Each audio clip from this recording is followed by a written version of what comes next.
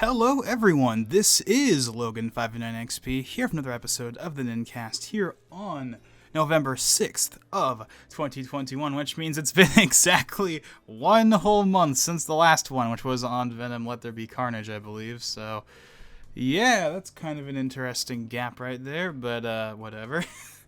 So I have just gotten back from watching Eternals, and that's what we're here to talk about. But before we do that, there is something I really quickly need to address, because I'm sure some people out there have been wondering where it's been, so I'm going to explain myself. You will have noticed I have not done a video on a certain MCU thing that came out about a month or so ago, wrapped up about a month ago, I think a lot around the same time that Venom came out, and that of course was What If. Now I've said in streams that I'm not gonna bother watching the rest of what I watched, like the first one, the one with Captain Carter, and then after that I was like, I'm just gonna wait until they're all out and then I'll binge them.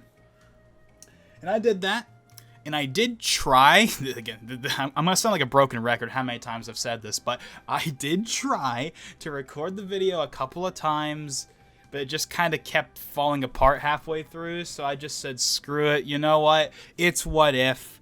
It's more important than I thought it was going to be, but it's not so important that it desperately needs a video. It's still basically its own thing. It's not that big a deal. It's not going to be affecting the rest of the MCU, at least not anytime soon. Maybe I'll take that back when Multiverse of Madness comes out, but point is, I didn't do a video on What If. Apologies. But if you want my very brief thoughts before we get into Eternals, What If was better than I was expecting. I watched the first one, I was like, okay, this is kind of neat, and then I just kind of was like, what? And then I was kind of just, and then again I was like, oh yeah, I'll watch the rest of them later.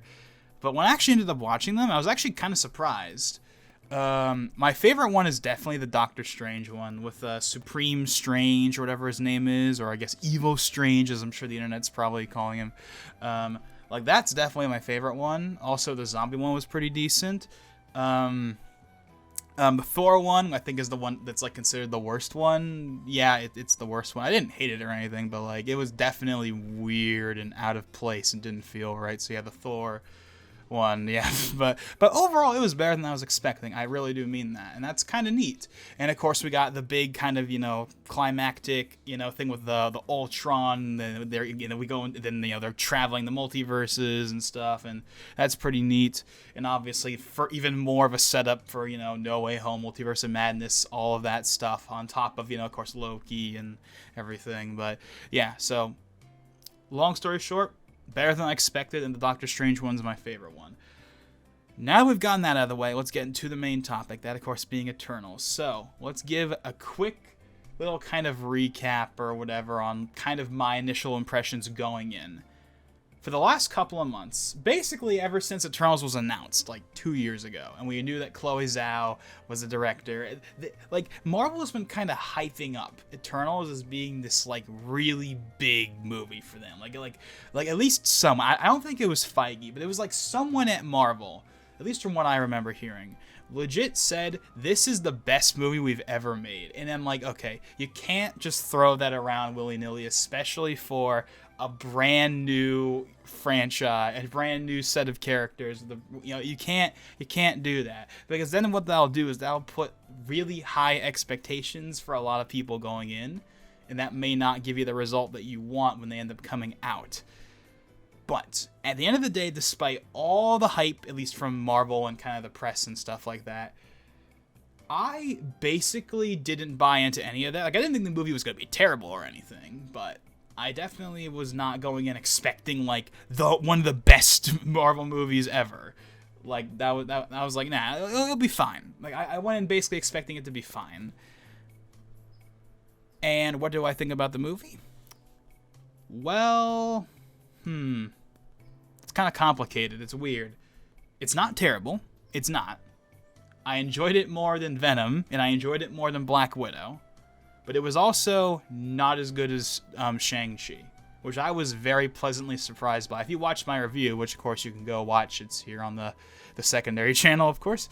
It's also combined with the September Direct, though, predictions that of course are no longer relevant, so there's that. But whatever. Point is, if you listen to my Shang-Chi video, you will know that I was actually very surprised. Like, I also went into Shang-Chi expecting basically nothing, but I actually enjoyed Shang-Chi quite a bit more than I was expecting. Whereas this one, I enjoyed it overall, I guess, but, like, I didn't enjoy it quite the same way I enjoyed Shang-Chi. Like, did I say Shang-Chi? Shang-Chi? Whatever. I'm just gonna say Shang-Chi, because that's just easier. But yeah, it's like really the best way I can describe it is I like it more than Black Widow. I like it more than Venom, barring of course the post-credit scene of Venom. That's obviously gold. But the movie itself, I think I like this more than Venom, the actual movie, not kind of the post-credit scene. And I like it more than Black Widow, but I like Shang-Chi more. Overall, I guess if I was to give this movie a rating, I'd give it like, I don't know, a C+, like a 78 out of 10. Like, that's not a terrible score, but it's obviously not a great one either, which I guess is, I don't know. Like, I'm not the kind of person to dish out like number scores or star scores or anything like that. But if I was to give it one, I'd be like a C+. Like, I enjoyed it enough. I enjoyed it more than some of the other Marvel stuff. I know Venom's not technically Marvel, but I'm going to include it because it's all connected now, so, like, who cares? But, yeah, so... Okay, how do I talk about this movie? It's, like, weird. I'm really not sure how to talk about this one, because it's actually... Okay, here's one expectation I did have going in. That was more or less what I got. I went in expecting the movie to be different. Even from the I only saw one of the trailers, like the first teaser or whatever. And even from the first teaser and the first poster, it's like, okay, this is gonna be different. This is gonna be at least somewhat different. It has its Marvel trademarks. They are in the movie, and I actually do like a couple of them. We'll get to that in a second. But overall, at least at the beginning, it definitely felt different. Like the text scroll, like Marvel doesn't do text scroll. Like, what is this, Star Wars? Marvel does not do text scrolls. It's kind of weird. Now, I already knew about the text scroll because I watched John Campia's like non-spoiler first impressions or whatever. Did I watch the Real Rejects ones as well? I'm not sure if I watched the Real Rejects one or not. I know I watched at least John Campia's though. But yeah, so this feels really awkward because I'm really not sure how to talk about this movie because it's like, okay, this is so awkward. How do I talk about this movie? Okay, so one thing I tend to do in a lot of these reviews is I tend to kind of go in order. I think we're not going to do that this time because I don't really know how to do that, and frankly, I don't really want to do that right now anyway. No, we're going to do something different. I'm going to tell you what I liked and what I didn't like instead of just doing a kind of recap as we go, and then I talk about it. Okay, so what did I like? I ended up liking the characters more than I thought I was. Okay, here's another expectation. I had basically no expectations for the movie, but I did have even less expectations for the characters. I expected to basically not give a darn about the characters at all. And by the end of the movie, I actually give a darn about them. Not a ton. Not as much as, say, the Shang-Chi characters even, probably. But I care about them enough that I'm totally up to see them again. Which I know is not a glowing review, but hey, it could be worse, right? Like, the fact that I'm like, oh yeah, like, I'm up to see them pop up again in our movie. Like, that's something, right? They're not completely, unmemorable whatevers. I don't know. Some of the characters did kind of throw me for a loop a little. Like, for example, I don't remember all their names. Like, I remember the names of the main ones, but like some of the side ones I don't really remember. Like, there's the one in the red outfit that's like using sign language. That was kind of weird. I think I understand why they did it that way, but it's still kind of weird. Like it's like why? I don't know. Maybe I'm missing something. But that, and this is claiming again, I don't know anything about Eternals outside of this movie, so I'm not a comic expert or anything. But that very much feels to me like we added this in after the fact because we want to look good. I don't know. Like maybe I'm overthinking this, but it's just that was probably the weirdest thing. Like the characters overall was like I either thought were fine or actually kind of liked. Not a ton, but like I liked them enough, I guess. But that was the one that was kind of throwing me for a loop the most. Was like, why is she speaking sign language? Because she can hear what everyone else is saying. So is she deaf? I don't think she is. Because she can hear them. Like sometimes the other Eternals will like do the little signs at her when they're talking to her, but then other times they just kind of talk normally, and then she just understands what they're saying, but she'll still do the sign. Like this might seem weird. It might seem weird for me to harp on this one character, but it just kind of threw me for a loop so much. So I was kind of like, okay. Also, another thing about the characters I didn't really know was I didn't really know who the main character was. Again, I saw like one trailer, and even then I didn't remember that much from it. So I was like, okay, who's the main character of the movie? And there's technically no real main character, but the effective main character is oh my god, I feel like an idiot. Cersei, I believe is her name, the green one. I believe she's the effective main character, with like Icarus kind of being on like the side. They're the two main characters by any practical standpoint, even though they're not like definitively 100%. Oh yeah, this is the main character. In the same way that obviously Black Widow is the main character of Black Widow, and Shang-Chi is the main character of Shang-Chi. But I get it. Eternals is not one character. It's a group of characters, like the Avengers or the X-Men and whatnot. Like, they're not one thing, and I get that. But it's just kind of another thing to point out. One thing I actually did like, this is something I was also expecting to like going in, was basically the visuals. Like, there was some pretty sweet-looking visuals in this movie. That's one thing I have to give it, is there's some pretty nice-looking visuals. At the beginning, at the end, in various parts of the movie, they recreate a lot of kind of like old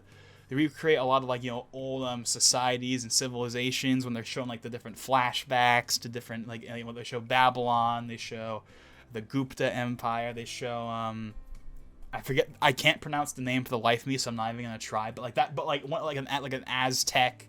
It's not actually Aztec, I think, but like an old.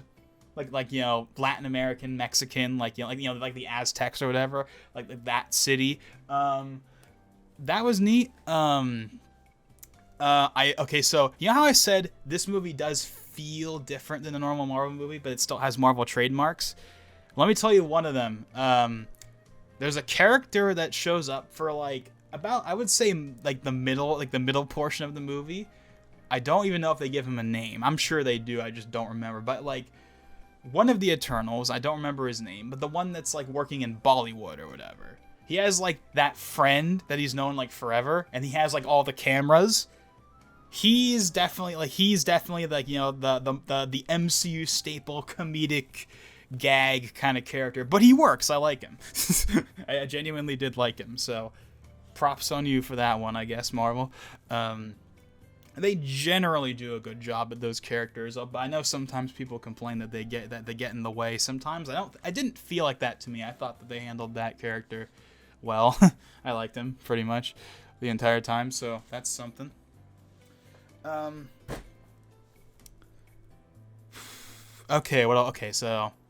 and there's one other thing we can we can save that for later. Let's just talk about it right now. It doesn't matter. So one thing that I think a lot of people were curious about going into the movie was, we heard a little while ago that there was like the movie is PG-13. Whoa, really? An MC movie is PG-13? Yeah, I know.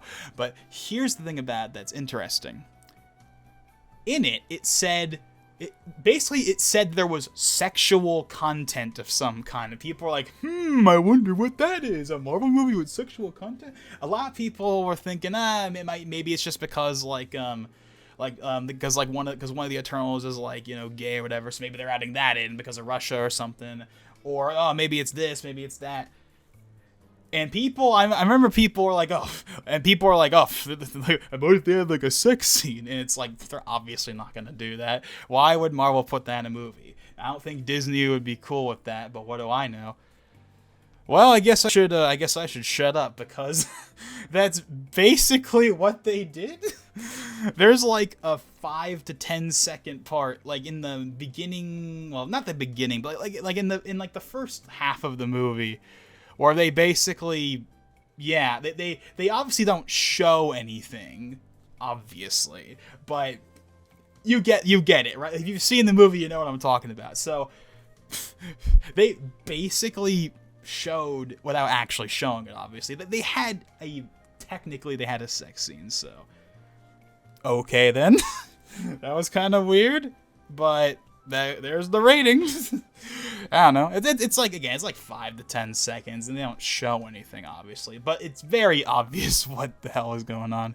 So yeah, that's kind of interesting and random, but okay, that's a thing. Okay, so let's talk about, I guess, what I didn't like then. So one thing I did also hear about going in was that they're the villain or something. Something about the villain wasn't great. And by the time the movie ended, eventually, of course, you figure out who the villain, quote unquote, technically is, but there's no like straight up, this is the villain like there is in like all the others.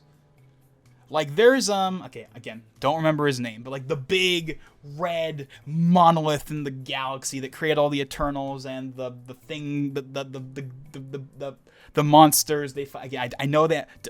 I almost want to say Dementors, but no, no, this isn't Harry Potter. I forget what they're called. But yeah, like the things that they fight over the course of the movie, they're all created by the big red monolith in the galaxy or whatever. Again, I know he has a name. I don't remember what it is. Please don't shoot me. He's technically the villain of the movie. Technically. But he's like the villain in like name only, because they don't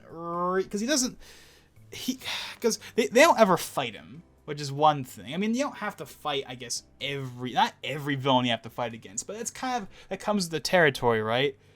If the main villain of the movie, you're gonna have a fight with him at least once, even if it's not like an actual fight, you still fight him at least on some level, like even if it's like philosophically or mentally or whatever.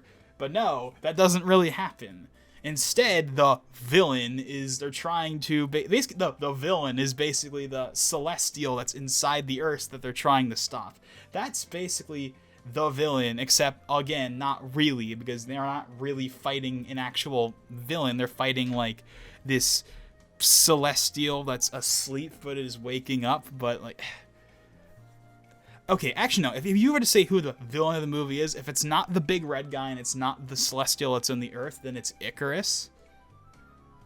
But even I feel kind of hesitant to call him the villain. Like, he is the villain. I guess if I had to say what the villain is, I guess I'd say Icarus, but he's like, not really. And then they have like that moment at the end where he, I don't want to say redeems, that's probably not the right word, but like he stops himself through no kind of clear reason, but I'm just going to go ahead and take a mental shortcut and say it was basically, even though I'm sure it's not actually what it is, but to me, I kind of interpreted it as the power of love, ? Because again, there's the whole relationship between Cersei and Icarus, and that's actually where the scene I mentioned earlier, it's with those two.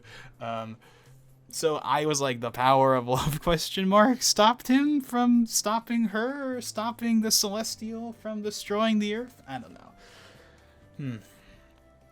But yeah, this movie is definitely something. It's got some neat stuff in it, but it's also weird, and there's no clear villain, and even the post-credit scenes are weird. Okay, I guess we can. I know we're not like really talking about the movie too much here, but I really don't have a ton to say about it. I know I've said that in like every one of these. I don't have that much to say about the movie, and the video is like 40 minutes long. But with this one, I really don't know what to say. I mean, I've said stuff, but like as a whole, I'm like, again, like the best thing I can say about this movie is that I enjoyed it more than like Black Widow and Venom, not counting the Venom post-credit scene, and that I wouldn't mind seeing these characters again. But other than that, it's kind of like, I don't know. But let's talk about the post-credit scene then, I guess. So, the post-credit scene, there's 2 of them. Now, I was already spoiled on one of them, because Wikipedia, for some stupid reason, decided to just be like, in the post-credit scene, X characters in it, and it's like, thank you, Wiki. And this wasn't today. This was like 3 or 4 days ago. Before the movie was out, they were like, in the post-credit, because of course, like, the critics got to see it early, so they put that on the wiki, and it's like, why did you do that? Whatever. So, I wasn't really that miffed by it, like, oh no, I'm getting spoiled on the Eternals of all movies. Ooh, it's not that big a deal. But still. So let's talk about the first post-credit scene then. So in the first post-credit scene, when we have like the big, like the ship, I'm sure the ship has a name again. I don't remember all the names, but the ship, the big black triangle ship, is flying out in space with a couple of the Eternals on board, but not any of like the main ones. But a couple of the others. And basically, all of a sudden, we see this like temporal like dimension thing happen. And at first, I'm like, they're not gonna actually tie this into No Way Home, are they? Like why? Like, because I was fully expecting the post-credit scenes to basically have nothing to do with any of the new stuff. I was expecting them to be teases for stuff that's not happening for a while, and They do that. We'll get to that one in a second. But yeah, so we see this temporal thing, and I'm almost like, watch like Toby or Andrew pop out of there. Like, even though it makes absolutely no sense whatsoever. I don't know. I'm just trying to think of some stupid way they could tie to No Way Home, even though I knew they weren't gonna do that. And then we see this like not elf. That's not the right word. Like this elf hobbit, whatever you want to call him, thing. And I immediately recognized the voice. And then my friend told me after the fact that was in fact Patton Oswalt, who, if you don't know who he is, he's the voice of Remy in Ratatouille, among other things. And I was like, I knew I recognized that voice, but I knew that it had to be him the second I heard it. But I was like, it sounds like him. It's probably him, but is it really him? Apparently, it is him. So there you go. And then comes the spoiler, the one spoiler about Eternals as a whole that I knew about, and that was this particular moment. Then all of a sudden, there's another temporal thing that happens where someone teleports in. Then we see what looks like another Eternal, and apparently he is Thanos' brother. And I knew this because this is the thing that was spoiled on Wikipedia. It was like, oh, in the post-credit scene or in the mid-credit scene, you see Thanos' brother. I forget his name. Again, apologies, I don't remember all the names. But point is, Thanos' brother, who is apparently an Eternal, and apparently there's something big happening that they need help with, and that's when it basically ends. And then immediately in that moment, I'm like, okay, how does that work? Think about this from the perspective, because again, make it clear, I, like a lot of people that watch these movies, I don't read the comics. Anything I do know about the comics, I know from other people and videos. I know that Thanos has a brother. I've known that for a while, but I had no idea who he looked like. So when I see this guy pop up on the screen, who just looks the same as all the other Eternals, which are effectively, even though they're not technically human, they're effectively human in all but name. Like they look human, they effectively are human. They're just, but they are, it's in the same way that what's the other thing? There was another like species in the MCU that's like there are aliens technically, but they're effectively humans by any stretch of the imagination that just happen to have powers. Like obviously the obviously the Skrull, those are clearly aliens because they obviously look very different. But whatever, I'm getting sidetracked. Point is, you see this human-looking guy that looks the same as all the other Eternals, and you're immediately like, how the hell does that make any sense? How is this guy Thanos' brother? I don't know what it is. I'm sure I'll end up watching some analysis video that's like, oh, Thanos' brother is this, and here's the entire backstory. But coming out of the theater, seeing that guy is apparently Thanos' brother, you're like, how does that work? How does that make any sense whatsoever? I don't get it. Where's the connection? Explain to me how that works. And the thing is, they could have solved this extremely easily if all they did was say he was his adopted brother. If they said that, I would not be talking about this right now. But because he is apparently his brother for real, by blood, I'm like, explain to me how this human-looking guy and the big purple beast that Thanos was, how are these two blood related? Maybe they aren't. Maybe he is adopted and they just didn't say that in the movie.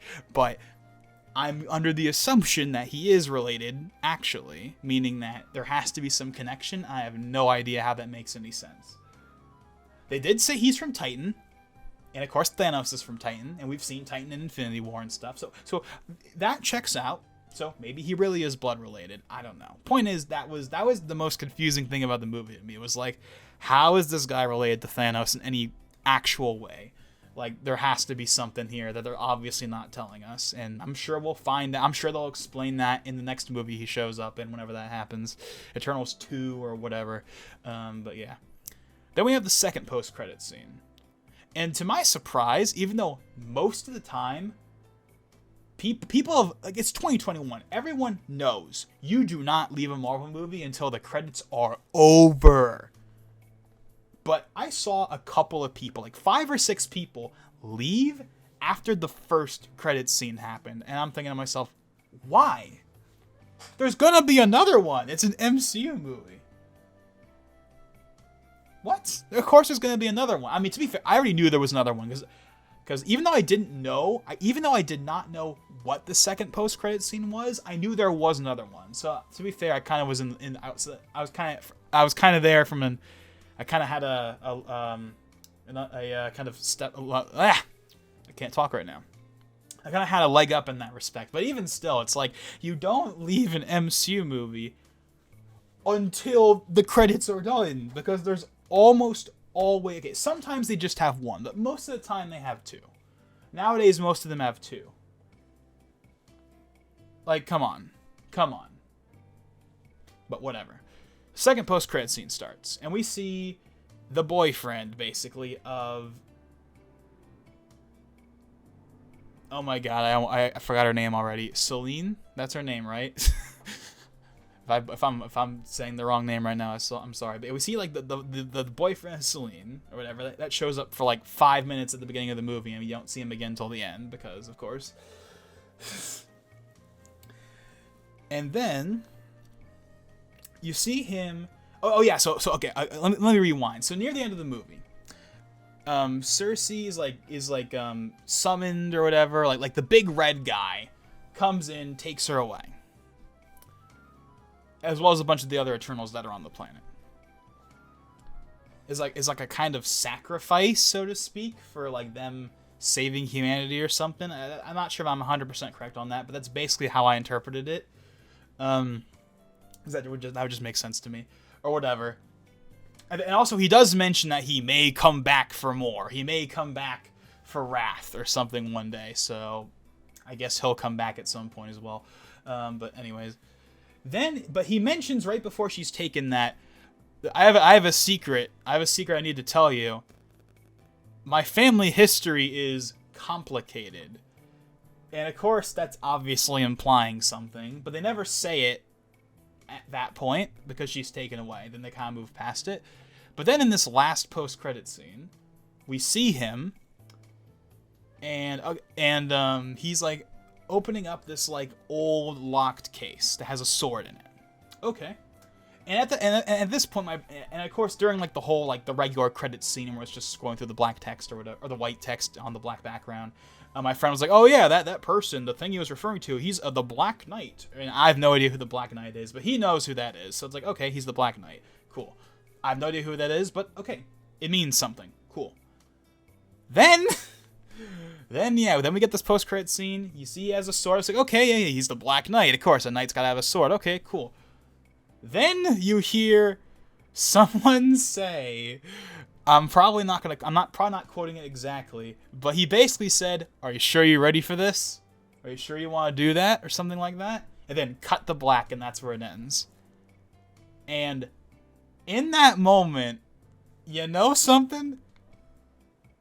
I didn't actually think it was probably him, but there was a split second where I was like, "Is that Blade?" for a split second, I thought, "Is that Blade?" Because I'm hearing the voice and I'm like, "That's not Sam. That's not Sam. That's not Sam. That's not the Falcon." But then who else is it gonna be? It has to be someone new. Then it can't. If it's not Sam, it has to be someone new. And I was like, for a split second, I thought Blade, and then my friend is like, "Oh yeah, that's Blade, by the way," because he was apparently spoiled on that before we saw the movie, and obviously didn't tell me. Not that I wanted him to, of course, but yeah, he said. But like, apparently he knew that, and I was like, "Really? That's Blade already? They're teasing Blade like 3 years before his movie's gonna come out." Okay, then I'll take that. But yeah, apparently I haven't looked this up for myself, but apparently, according to my friend, that was Blade.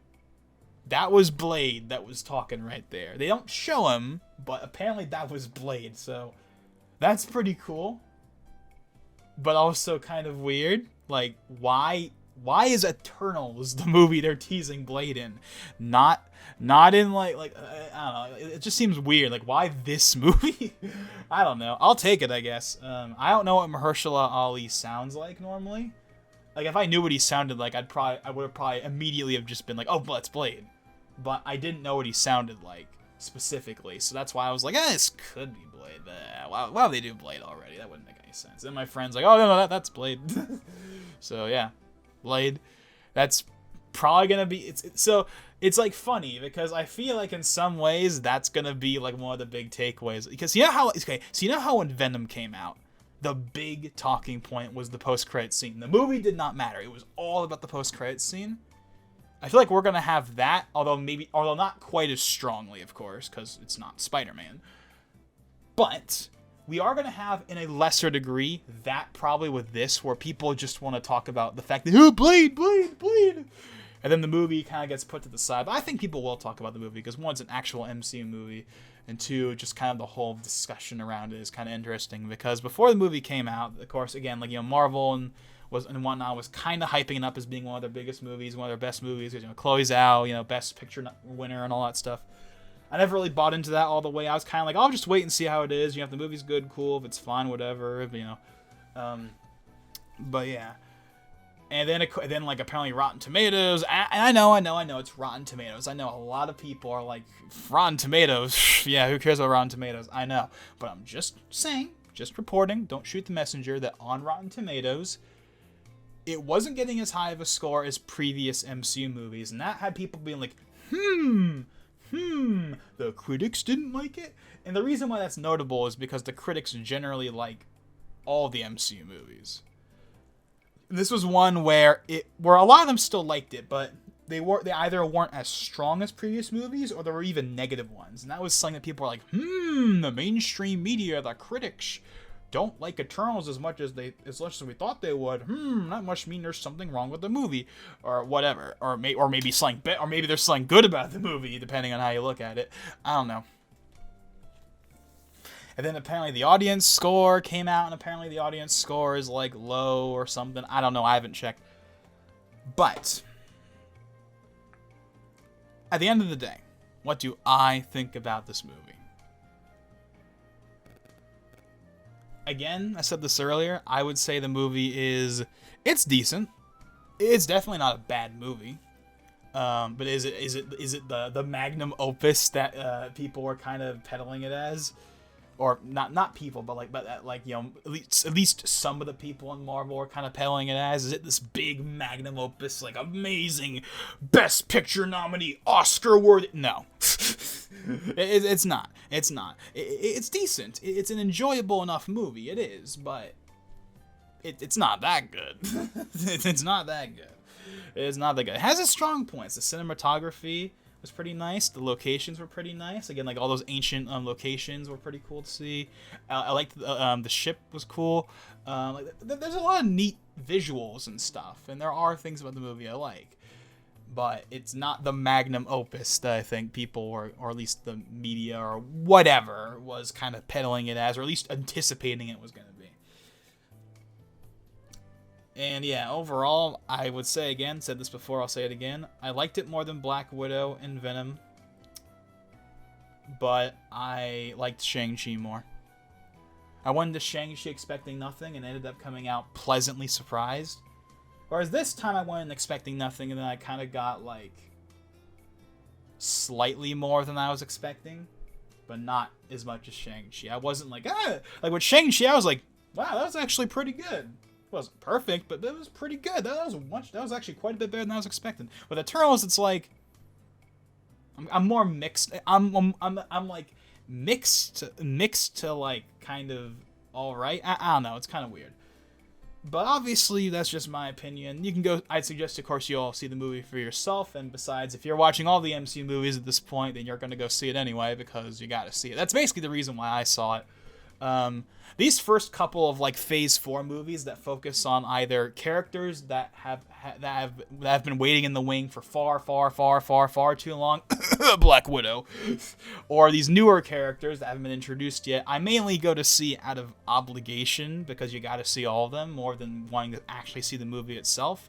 I saw Black Widow because you basically had to. I saw Shang-Chi because you basically had to, and I saw Eternals because I basically had to. And then I saw Venom because we all knew there was going to be something big at the end, and of course there was. But, yeah, so, hey, regardless of what you have to say about Eternals, whether you think the movie's great or not, there's one thing we can all agree on. The next movie is going to be something, because, of course, the next movie is, of course, the long-awaited, the much-revered, well, much-anticipated, and that's saying it freaking lightly, the most anticipated piece of anything since Avengers Endgame, Spider-Man No Way Home. And obviously, despite the fact that I'm sure... This is a whole video from another time. I might do a video talking about kind of No Way Home. Like obviously we'll do a video about No Way Home when it comes out, but I'm kind of thinking of doing like a kind of just going over the No Way Home, just everything kind of beforehand, because I think it's worth talking about, even though everyone's talked about it to death.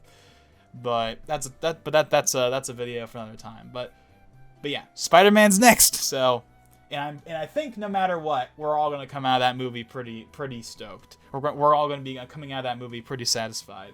But obviously that's a story for another day. We'll see. But yeah, Spider-Man's next, baby. So. Yeah, that's basically what I gotta say about Eternals. Well, it's funny, because I literally said earlier, I do these videos where I'm like, I don't have that much to say about it, and then it becomes a 40-minute video. It's 37 minutes and 31 seconds. At least I can see on SoundForge, so... 40-minute video. But yeah, so I guess that's my thoughts on Eternals. Yeah, is it the magnum opus, Oscar-worthy, whatever? No, it's not. It isn't. Is there some neat stuff in it? Yes. Is there stuff in it I like? Yes. And is it a decent, enjoyable enough movie? Yes. And obviously, it's an MCU movie, so you're probably going to go see it anyway. And obviously, feel free to let me know your thoughts on the movie down below. And with that being said, this is Logan59XP, and I'll see you guys next time.